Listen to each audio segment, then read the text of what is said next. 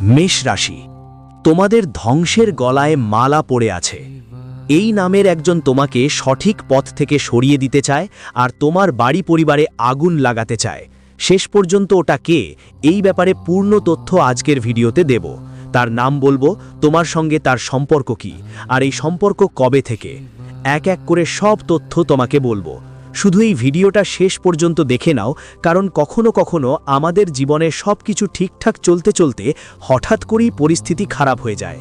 এই বছরের শুরু থেকে তুমি নিজেই একটা কথা অনুভব করো, তুমি ভাবছিলে নতুন বছর শুরু হলে কিছু বড় করে দেখাবে, কিন্তু ধীরে ধীরে কাজ এগোতেই থমকে যাচ্ছে। তোমার মন সব সময় অস্থির থাকে, ভাবতে থাকো কখন ভালো কিছু হবে, কখন কিছু বড় হবে। আবার খোলা মুখে হাসবার কারণ জীবনেও আসবে। কখনো কোনো কারণ ছাড়াই তোমার মন ভয় পায়, ভয় হয় কোথাও কিছু খারাপ হয়ে যাবে না।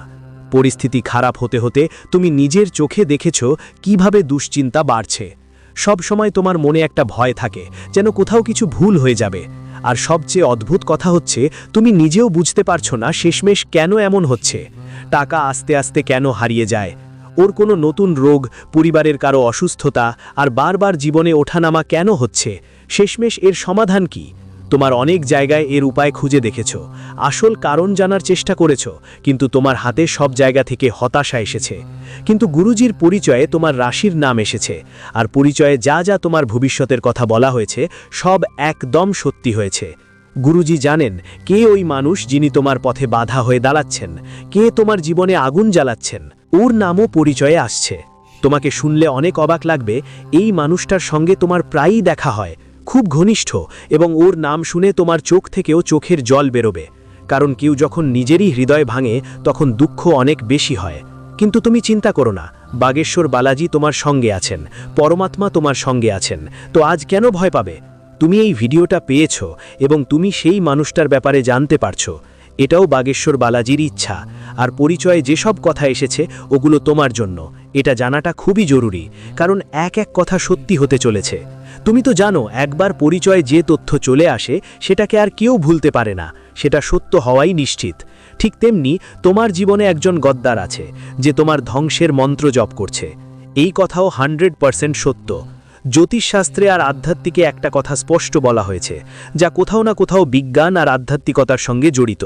যখন কেউ মনেই মনে তোমার সাফল্য দেখে ঈর্ষা করে আর চাই তুমি ধ্বংস হও, তোমার এটা হোক, তোমার ওটা হোক, এমন কামনা করে, তো বারবার কোথাও না কোথাও সেই মানুষের নেতিবাচক শক্তি অদৃশ্যভাবে তোমার উপর প্রভাব ফেলে। মানে কেউ বারবার বলবে যে এই মানুষটা কত এগিয়ে গেছে, এর ভিতরে অহংকার এসে গিয়েছে, এর কাছে এত টাকা কিভাবে এসেছে, এর তো নিচে পড়ে যাওয়া উচিত, এর এটা হওয়া উচিত, তার ওটা হওয়া উচিত। যখন কেউ বারবার আমাদের সম্পর্কে এমন কথা বলে, তখন কোথাও না কোথাও তার খারাপ কথা বা এর বাজে নজর আমাদের উপর প্রভাব ফেলে। আর তোমার সাথেও ঠিক একইটা হচ্ছে। কিন্তু তোমার একটাই কথা হবে, আমরা তো মন্দিরে যাই, আমরা ভগবানের পূজা করি। তাহলে আমাদের ওপর এমন ব্যাপারগুলোর প্রভাব শেষ পর্যন্ত কেন পড়ছে? বাগেশ্বর বালাজির ভক্তদের ওপর কখনো এমন কোনো কাজের প্রভাব পড়ে না। নিশ্চয়ই তুমি কোথাও কোনো ভুল করছো, আর সেই ভুল আজকের ভিডিওতেই তোমাকে বুঝতে হবে। কোথাও না কোথাও কোনো অপবিত্রতা তোমার পুণ্যের ক্ষতি করছে এবং তোমার জীবনে নেতিবাচক শক্তির প্রবেশ ঘটাচ্ছে। যে মানুষ তোমার সামনে হাসে, তোমার সামনে নিজের হওয়ার ভান করে, কিন্তু ভিতরে ভিতরে ধ্বংসের মন্ত্র জপ করছে। আর ঠিক এখান থেকেই তোমার রাহুতে বাধাগুলো সৃষ্টি হচ্ছে। আসলেই এটা কে? এটা কেউ তান্ত্রিক হতে পারে, কেউ পরিচিতও হতে পারে, বা মাঝে মাঝে আমাদের কোনো অভ্যাসের কারণে মজাক মজাক করে কাউকে কিছু বলে দেওয়া, কাউকে অপমান করা, কাউকে ছোট মনে করে তাকে জ্বালিয়ে দেওয়া। আমাদেরও মাঝে মাঝে কিছু ভুল অভ্যাস থাকে, যার ফলে আমাদের শত্রু তৈরি হয়। তাই আমাদেরও সতর্ক থাকা দরকার এবং সাবধান থাকতে হবে। এমন লোকেরা যারা খুব মিষ্টি মিষ্টি কথা বলে, কিন্তু শুধু দেখানোর জন্য, তাদের মনে আমাদের জন্য ঈর্ষা থাকে। এমন লোকেরা কখনোই আমাদের সরাসরি ক্ষতি করতে পারে না। তাই এসব লোকদের কখনো আমাদের সরাসরি কোনো ক্ষতি হচ্ছে না। তাই ওরা ধীরে ধীরে আমাদের মধ্যে থেকে আমাদের দুর্বল করে দিচ্ছে, তোমার শক্তি শেষ করে দিচ্ছে, তোমার পথ ভ্রান্ত করে দিচ্ছে আর ধীরে ধীরে তোমার জীবন নষ্ট করে দিচ্ছে। আজকের ভিডিওতে তোমরা ওদের নাম জানবে, তাদের সম্পর্কে তথ্য পাবে আর বুঝতে পারবে তোমার সেই ভুলটা কোনটা যার কারণে তুমি শিকার হচ্ছ। তোমার ওপর ভগবানের করুণাও কাজ করছে না, কুলদেবী দেবতার করুণাও কাজ করছে না। সেই তথ্যটাও আমি তোমাদের জানাবো, একটু সময় দাও। যদি তুমি বাগেশ্বর বালাজির ভক্ত হও তাহলে এই ভিডিওটা শেষ পর্যন্ত দেখো। প্রথমেই একটু লাইক দাও এই ভিডিওটাকে, আর কমেন্ট বক্সে যেই 3 বার লিখবে জয় বজরঙ্গ বলি, আজ তার জন্য একটা বড় সুখবর আসবে। এই দুনিয়ায় কখনো কখনো আমরা সবাই যে হাসে তাকে নিজের ভাবি, মনে করি যে যে আমাদের হাসি মুখে কথা বলছে সে ভবিষ্যতে সাহায্য করবে, কিন্তু অনেক বেশি বিশ্বাস করাও অনেক সময় বড় ক্ষতির কারণ হয়। তাই খেয়াল রেখো, সাফল্যের গলাগুলি করো না। অনেকেই একটু গাড়ি নিয়ে সবাইকে ভিডিও বানিয়ে দেখায়, কখনো কখনো কিছু মানুষ কোথাও কোনো ডিল করেন, দেখো আমরা তো এইটা প্লট নিয়েছি, আমরা এত জমি কিনেছি, আমরা এত দামি বাড়িতে এসি লাগিয়েছি, বিভিন্ন ধরনের কথা সবাইকে শোনায়, যার ফলে মানুষদের মনে একটা ধারণা তৈরি হয় যে ওরা অনেক টাকা আয় করে, ওদের কাছে অনেক টাকা আছে, তাই ওরা আমাদের উপর বুড়ো নজর দেয় আর আমাদের কাজ খারাপ হতে শুরু করে। তোমার খুব খেয়াল রাখতে হবে, এটা আসলে একটু ভয় ভীতি নিয়ে খেলা। অনেকেই একটু কিছু ভুল হলেই ভয় পেয়ে যায় যে নিশ্চয়ই কারো বুড়ো নজর পড়েছে আর পরিশ্রম করা বন্ধ করে দেয়। তুমি পজিটিভ থাকো, প্রতিটা পরিকল্পনায় ঈশ্বরকে মনে করো, বাগেশ্বর বালাজিকে স্মরণ করো, কারণ পরিচয়ে তোমার ভবিষ্যৎ সম্পর্কিত এক বড় খবর এসেছে, আর সেটা হলো তোমার ব্যবসা সফল হতে চলেছে। ব্যবসায় তুমি উন্নতি করবে। তোমাকে শুধু তোমার মনকে দুর্বল হতে দিতে হবে না, কারণ তোমার আত্মবিশ্বাসই তোমার সবচেয়ে বড় ঢাল। আর যারা আছে, যারা বিশ্বাসঘাতক, যারা তোমার বিনাশের প্রসঙ্গে কথা বলছে, তারা কোথাও না কোথাও তোমার আত্মবিশ্বাস কাটার চেষ্টা করবে। তারা তোমার মধ্যে ভয় তৈরি করবে এবং বলবে যে এই কাজ তুমি করো না। অর্থ কোথাও হাতছাড়া হয়ে যেতে পারে। তোমাকে বলা হবে এই পথে যেও না, তুমি পিছলে পড়বে, কারণ এই পথে হাজার হাজার মানুষ পিছলে গিয়েছে। কিন্তু তুমি নিজের অভিজ্ঞতা আর পরিশ্রম দিয়ে যে কোনো কিছুই পেতে পারো। তাই ভুল মানুষের ভুল পরামর্শে কান দেবে না। প্রতিদিন কমপক্ষে 10 মিনিট চুপচাপ বসে মনকে শান্ত করতে শিখতে হবে, কারণ তোমার মন স্থির নয়। তোমার একটা খুব খারাপ অভ্যাস আছে, কেউ এসে তোমাকে বলে এটা করো না, তুমি তার কথায় ভুয়ো হয়ে নিজের সিদ্ধান্ত পরিবর্তন করো। কেউ তোমাকে বলে ওই মানুষটা ভালো না, ওর সাথে কথা বলো না, তখন তুমি মানুষের প্রতি সন্দেহ করতে শুরু করো। মানে তোমার মন স্থির থাকে না, তুমি কারো কথায় সহজে ভেঙে পড়ো। নিজের অভিজ্ঞতা আর নিজের ইচ্ছে বিশ্বাস করো না। তাই প্রতিদিন অন্তত 10 মিনিট সময় বের করো, মনকে শান্ত করতে শিখো। চুপচাপ বসো, চাইলে মন্দিরে গিয়ে বসো, চাইলে বাড়ির ছাদের উপর গিয়ে বসো। আর সবচেয়ে বড় কথা, সেই সব মানুষের থেকে দূরে থাকো যারা নেতিবাচক, কারণ নেতিবাচক মানুষ কখনো আমাদের ভালো পরামর্শ দিতে পারে না। তাদের প্রতিটি পরামর্শ ভয়ে ভরা থাকে, যেমন এই কাজটা অনেকেই নষ্ট হয়ে গেছে, তুমি এটা করো না, আমাদের তো ওই জায়গায় যাবার দরকার নেই, ওখানে এই আছে, ওখানে ওটা আছে। এ ধরনের মানুষরা সব সময় নেতিবাচক কথা বলে। তুমি তোমার লক্ষ্যে মনোযোগ দাও। এদের থেকে দূরে থাকার একমাত্র উপায় হলো মনকে স্থির রাখা, নিজের আত্মবিশ্বাসকে শক্তিশালী করা এবং সবসময় এমন মানুষের সাথে থাকা যারা ইতিবাচক, ভালো ভালো কথা বলে, জীবনে কিছু বড় করার কথা বলে। কিন্তু প্রশ্ন হচ্ছে, তুমি একজন ভালো মানুষ যিনি সবসময় সবার জন্য ভালো চান, তোমার উপর বালাজি মহারাজের কৃপাও আছে, এ কারণেই তুমি আজ এই ভিডিওটা দেখতে পারছো। তবুও তোমার ওপর মানুষদের খারাপ নজর বারবার কেন পড়ে? বারবার তারা যা করে সেটা তোমার ওপর কেন এত প্রভাব ফেলে? তার একটা বড় কারণ আমি তোমার সামনে খুলে বলবো। তোমার খুব বড় একটা ভুল আছে, সেটা তোমার সামনে রাখছি, ভালো করে শুনো। কারণ যখন কুলদেবীর দয়া বন্ধ হয়ে যায়, তখন এমন একটা অবস্থা তৈরি হয় যে কেউ আমাদের ওপর কিছু করলেই তার প্রভাব সরাসরি আমাদের ওপর পড়ে। আর যদি তোমার কুলদেবীর দয়া আবার ফিরতে শুরু করে, বুঝে নিও কেউ তোমার কিছুই করতে পারবে না। কুলদেবীর দয়া শেষ পর্যন্ত আমাদের কিভাবে মেলে? আমাদের কিছু ভুল ছেড়ে দিতে হবে। আর প্রথম বড় ভুল হলো, আমরা প্রায় এই দৌড়ঝাঁপের জগতে টাকা উপার্জনের তাড়নায় আমাদের পরিবারের দেবতা আর দেবীকে ভুলে যাই।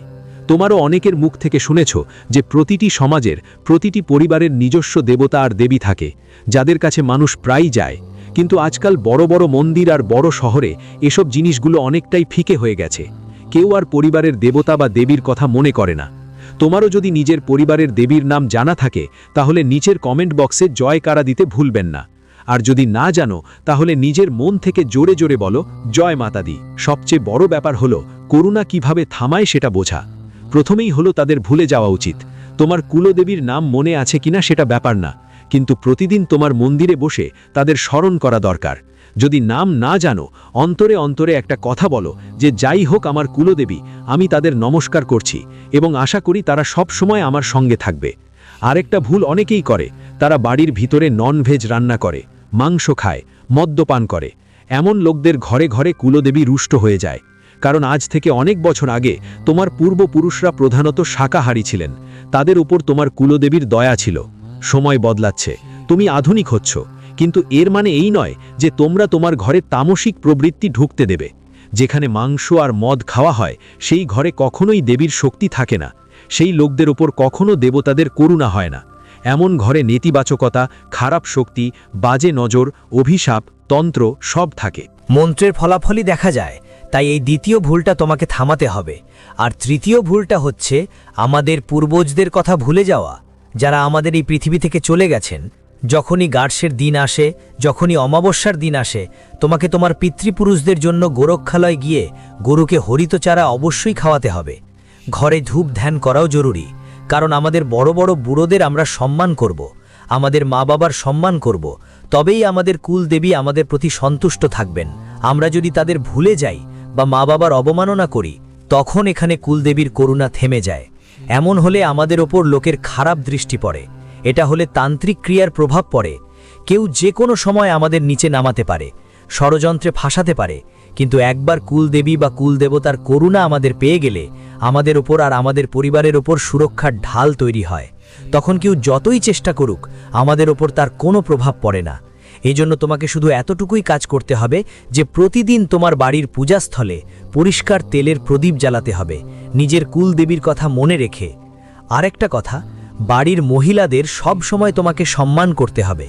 আর যেখানেই রাস্তায় প্রাণী পশু দেখতে পাবো, তাদের যত্ন নিতে হবে, খাওয়াতে হবে, দরিদ্রদের সাহায্য করতে হবে। আর সবচেয়ে বড় কথা, তোমার মুখ থেকে কখনো কারোর জন্য অশালীন কথা বেরোবে না। মাঝে মাঝে কথা বলার সময় আমরা গালি দিয়ে ফেলি। তোমার ভাষা পবিত্র রাখতে হবে, কারণ ভাষা পবিত্র হলে তোমার কাজও নিজে নিজে পবিত্র হয়ে যাবে। তুমি যদি এভাবে করো, তাহলে তোমার যেসব বাধা ছিল, যেই কারণে তোমার কাজ আটকে যাচ্ছে আর শত্রুর ইচ্ছা সফল হচ্ছে, সেটা এখানে কেটে যাবে। তোমাকে আবার কুলদেবীর অনুগ্রহ লাভ হবে, যার ফলে কেউ তোমাকে খারাপ চোখে দেখলেও তার প্রভাব তোমার ওপর পড়বে না। কেউ তোমার ওপর কোনো কাজ করলেও তার প্রভাব তোমার ওপর পড়বে না। সব কিছু ঠিকঠাক হয়ে যাবে। তোমাকে শুধু সেই কাজটাই করতে হবে যা গুরুজি তোমাকে বলেছেন।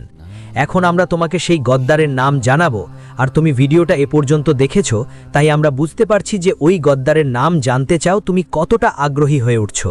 কিন্তু সবচেয়ে আগে এতটা খেয়াল রাখতে হবে যে তার নাম জানার পর, তার সম্পর্কে তথ্য সংগ্রহ করার পর তুমি তার সঙ্গে সম্পর্ক না ছেড়ে দাও।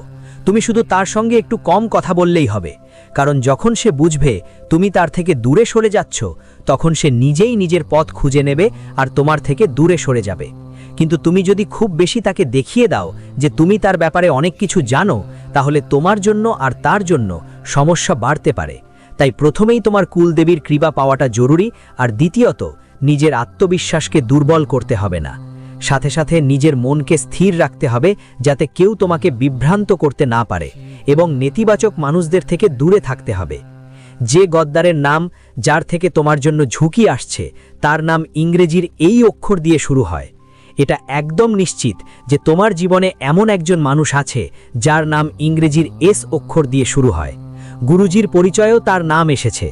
তোমার চারপাশে নানা ধরনের মানুষ আছে, কিন্তু কেন শুধু এস নামের এই ব্যক্তির নাম পরিচয়ে এসেছে? কারণ তোমার গ্রহের গতি সম্প্রতি এটা তো ব্যালেন্সড, কিন্তু এর গ্রহগুলো জটিল অবস্থায় আছে। তাই তোমার এর সাথে একদমই জমবে না। আসলে আমাদের কার সাথে বন্ধুত্ব হবে, কার সাথে শত্রুতা, এগুলো অনেকটাই গ্রহগুলোর মিলেমিশে নির্ভর করে। এই মানুষটার তোমার সাথে একদম মিলবে না, তাই বারবার তোমাকে ধ্বংস করার জন্য নানা রকম পরিকল্পনা করবে। তোমাকে নিচে পড়তে দেখে হাসবে আর তোমার বিনাশে খুশি হবে। এই এস নামের মানুষটা তোমার বাড়ির একটা অংশ, খুব কাছের আত্মীয়। এর বয়স 30 থেকে 40-এর মধ্যে। বছরের মাঝামাঝি সময়, উচ্চতা একটু বেশি। স্বাস্থ্যের ব্যাপারে মাঝে মাঝে কোনো না কোনো রোগে ভোগে, কিন্তু এটা তার নিজের কাজের ফল। কারণ নিজের জিভের ওপর নিয়ন্ত্রণ রাখতে পারে না, অন্যদের উন্নতি দেখতে পারে না, অন্যদের ভালো অবস্থায় দেখে মানতে পারে না। যার ফলে তার কাজগুলো বারবার তাকে বিভিন্ন রোগে আক্রান্ত করে। তোমার পরিবারে যে এস নামের মানুষ আছে ওর থেকে একটু দূরে থাকা ভালো। তোমার পরিবারের সবাইকে একটাই কথা স্পষ্ট করে বলো, ওই ব্যক্তির সঙ্গে বেশি কথা বলবো না। যে কথাগুলো তাকে বলবে না, আমাদের কাছে কত টাকা আছে, কত টাকা কোথায় লগ্নি করেছি, এসব এক একটা বিষয় থেকে তাকে দূরে রাখতে হবে, সাবধানে রাখতে হবে। আর এতটাই খেয়াল রাখতে হবে যে যদি সে কখনো তোমাকে কোনো কথা বলে তাহলে বিশ্বাস করবে না। তুমি ভাববে ও তো আমার নিজের মানুষ, আমাকে বলছে, হয়তো আমার ভালো করার চিন্তায় বলছে। কিন্তু এই লোকটা তোমার ভালো করার জন্য নয়, তোমার ধ্বংসের জন্য বলছে। আরেকটা কথা আমি স্পষ্ট করে বলতে চাই, এই মানুষের সম্পর্ক তন্ত্রমন্ত্র কাজ করা তান্ত্রিকদের সঙ্গে, বাবাদের সঙ্গেও জড়িত আছে। ছোটবেলা থেকে আজ পর্যন্ত কখনো কারো মঙ্গল চায়নি। যখনই কেউ এগোয় তখনই এর মন জ্বলে ওঠে। এই মানুষের চিন্তাধারা নেতিবাচক, এই মানুষের ব্যক্তিত্ব খারাপ। এই নামের যে কোনো মানুষ তোমার জীবনে থাকলে তার থেকে একটু দূরত্ব বজায় রেখো। গুরুজির তোমাকে এটাই বলছে, তবে তুমি খেয়াল রাখবে এর সঙ্গে সম্পর্ক ছিন্ন করার দরকার নেই, কারণ সম্পর্ক গড়তে বছর লাগে, ভাঙতে এক মুহূর্ত। কিন্তু এর ফলে জীবনের জন্য সম্পর্ক নষ্ট হয়ে যায়। তুমি এই মানুষের সাথে একটু কম কথা বলো, ধীরে ধীরে তোমার জীবন ঠিক পথে চলে আসবে। ধীরে ধীরে সব কিছু ভালো হয়ে যাবে, আর জীবনে আবার একটা ভালো সময় শুরু হবে। এখন খুব মনোযোগ দিয়ে শুনো যা উপায় গুরুজি তোমাকে বলতে চান। এই উপায়গুলো তোমার জন্য খুবই কাজে আসবে, কারণ জীবনে উপায় করলে আমাদের মধ্যে ইতিবাচক শক্তি আসে। আজ তুমি বড় বড় সমস্যায় কষ্ট পাচ্ছ, কেউ গুরুজি এসে বলবে তুমি এই উপায়টা করো, জীবনটা ঠিক হয়ে যাবে। এখন ওই উপায়টা করার পর তোমার মনটা কতটা ভালো লাগতে শুরু করে, তোমার মনের মধ্যে একটা আশা জাগে যে এখন সব কিছু ঠিক হয়ে যাবে। তো ওই উপায়ের শক্তি দিয়ে হয়তো কিছু ভালো হবে বা না হবে, কিন্তু তোমার ইতিবাচক চিন্তাভাবনা নিশ্চিতভাবেই তোমার জীবনের সব কিছু ভালো করে দেয়। তাই সবাই উপায় খুঁজতে চায়, যেন কেউ তাদের সমস্যার সমাধান বলে দিতে পারে। তাই গুরুজি তোমাদের জন্য উপায় নিয়ে এসেছেন। এই উপায় করলে তোমার জীবনের সব নেতিবাচকতা দূর হয়ে যাবে। যারা নেতিবাচক লোক তারাও চলে যাবে, যারা তোমার জীবনে সমস্যা নিয়ে আসছে। তাই তোমার এর সাথে একদমই জমবে না। আসলে আমাদের কার সাথে বন্ধুত্ব হবে, কার সাথে শত্রুতা, এগুলো অনেকটাই গ্রহগুলোর মিলেমিশে নির্ভর করে। এই মানুষটার তোমার সাথে একদম মিলবে না, তাই বারবার তোমাকে ধ্বংস করার জন্য নানা রকম পরিকল্পনা করবে। তোমাকে নিচে পড়তে দেখে হাসবে আর তোমার বিনাশে খুশি হবে। এই এস নামের মানুষটা তোমার বাড়ির একটা অংশ, খুব কাছের আত্মীয়। এর বয়স 30 থেকে 40-এর মধ্যে। বছরের মাঝামাঝি সময়, উচ্চতা একটু বেশি। স্বাস্থ্যের ব্যাপারে মাঝে মাঝে কোনো না কোনো রোগে ভোগে, কিন্তু এটা তার নিজের কাজের ফল, কারণ নিজের জিভের ওপর নিয়ন্ত্রণ রাখতে পারে না। অন্যদের উন্নতি দেখতে পারে না, অন্যদের ভালো অবস্থায় দেখে মানতে পারে না, যার ফলে তার কাজগুলো বারবার তাকে বিভিন্ন রোগে আক্রান্ত করে। তোমার পরিবারে যে এস নামের মানুষ আছে ওর থেকে একটু দূরে থাকা ভালো। তোমার পরিবারের সবাইকে একটাই কথা স্পষ্ট করে বলো, ওই ব্যক্তির সঙ্গে বেশি কথা বলবো না। যে কথাগুলো তাকে বলবে না, আমাদের কাছে কত টাকা আছে, কত টাকা কোথায় লগ্নি করেছি, এসব এক একটা বিষয় থেকে তাকে দূরে রাখতে হবে, সাবধানে রাখতে হবে। আর এতটাই খেয়াল রাখতে হবে যে যদি সে কখনো তোমাকে কোনো কথা বলে তাহলে বিশ্বাস করবে না। তুমি ভাববে ও তো আমার নিজের মানুষ, আমাকে বলছে, হয়তো আমার ভালো করার চিন্তায় বলছে। কিন্তু এই লোকটা তোমার ভালো করার জন্য নয়, তোমার ধ্বংসের জন্য বলছে। আরেকটা কথা আমি স্পষ্ট করে বলতে চাই, এই মানুষের সম্পর্ক তন্ত্রমন্ত্র কাজ করা তান্ত্রিকদের সঙ্গে, বাবাদের সঙ্গেও জড়িত আছে। ছোটবেলা থেকে আজ পর্যন্ত কখনো কারো মঙ্গল চায়নি। যখনই কেউ এগোয় তখনই এর মন জ্বলে ওঠে। এই মানুষের চিন্তাধারা নেতিবাচক, এই মানুষের ব্যক্তিত্ব খারাপ। এই নামের যে কোনো মানুষ তোমার জীবনে থাকলে তার থেকে একটু দূরত্ব বজায় রেখো।